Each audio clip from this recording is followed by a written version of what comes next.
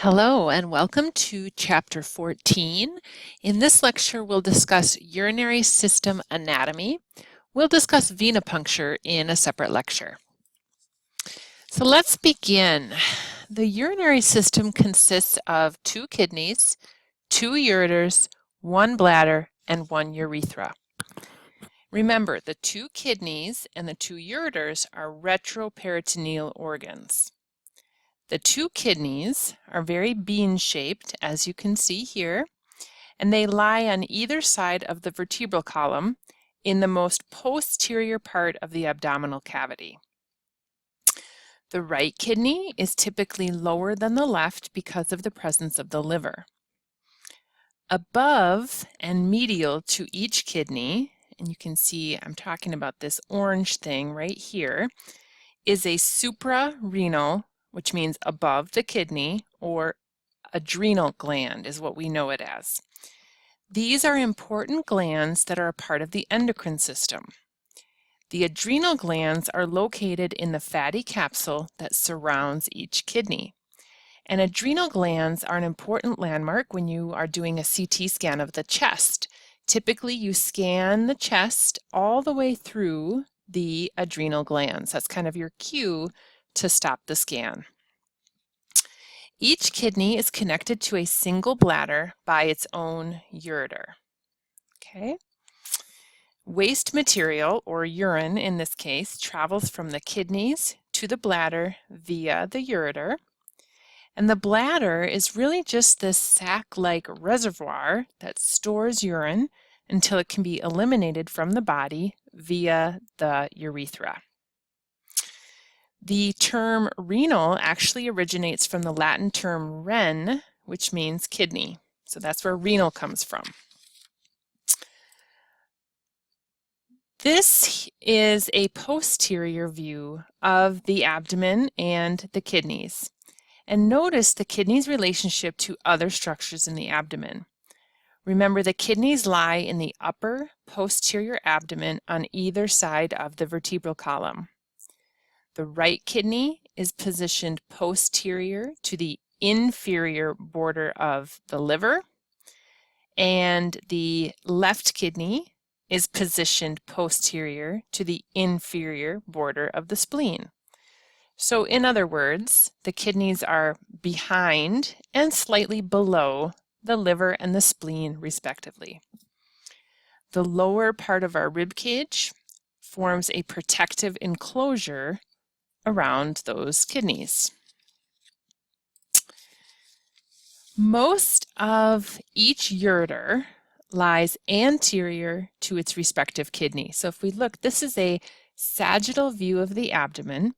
And you can see here is the kidney, and here is the ureter. And you can see, in fact, it's anterior to that kidney. The ureters follow the natural curve of the vertebral column. So each ureter first curves anteriorly, then follows the lumbar lordotic curvature, and then curves posteriorly as it enters the pelvis. After the ureter passes into the pelvis, it follows the curve of the sacrum and the coccyx before entering the posterior and lateral aspect of the bladder.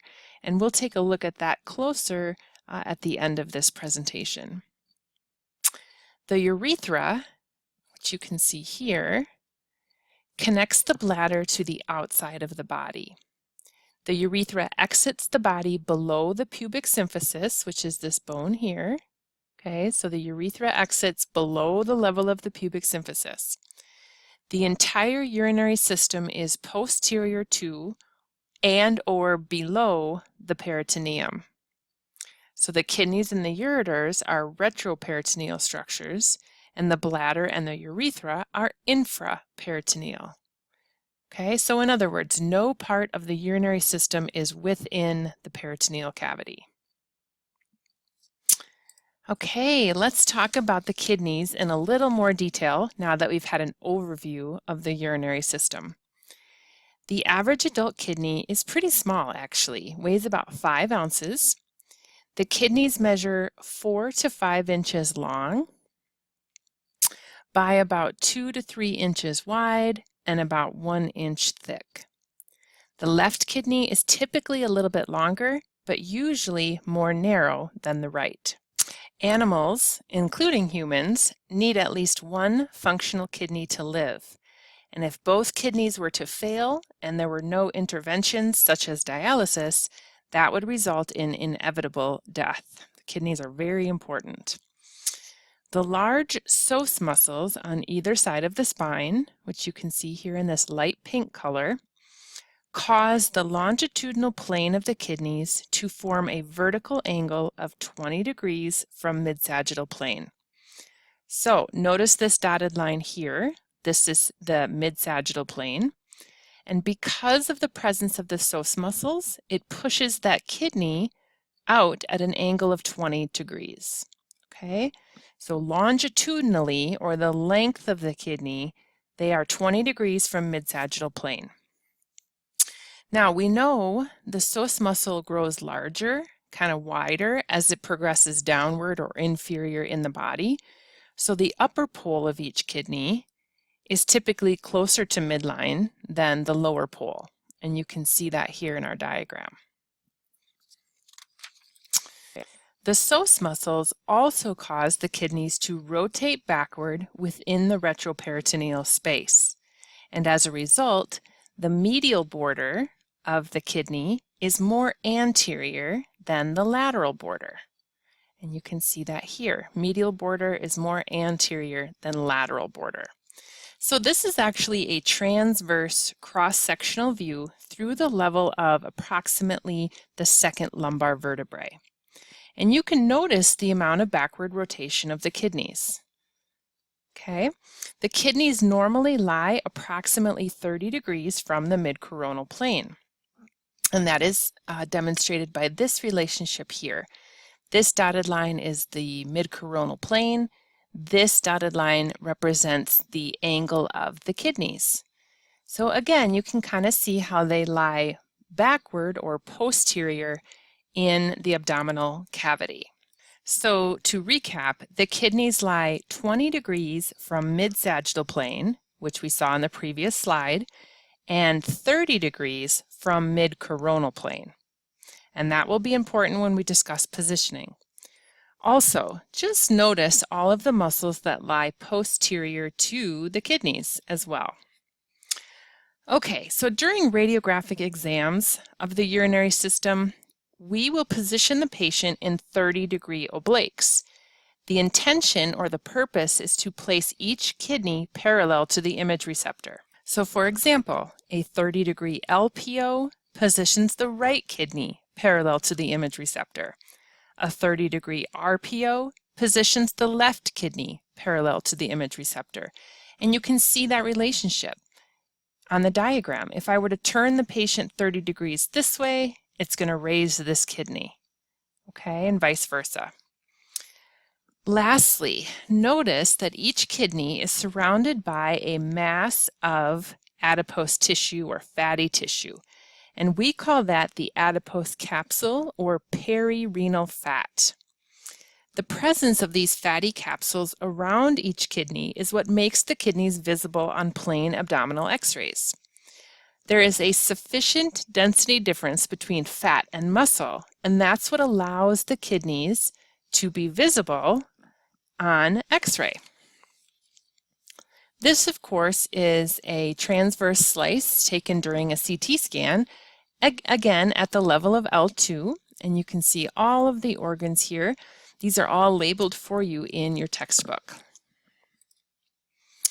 So let's discuss the location of the kidneys just a bit more.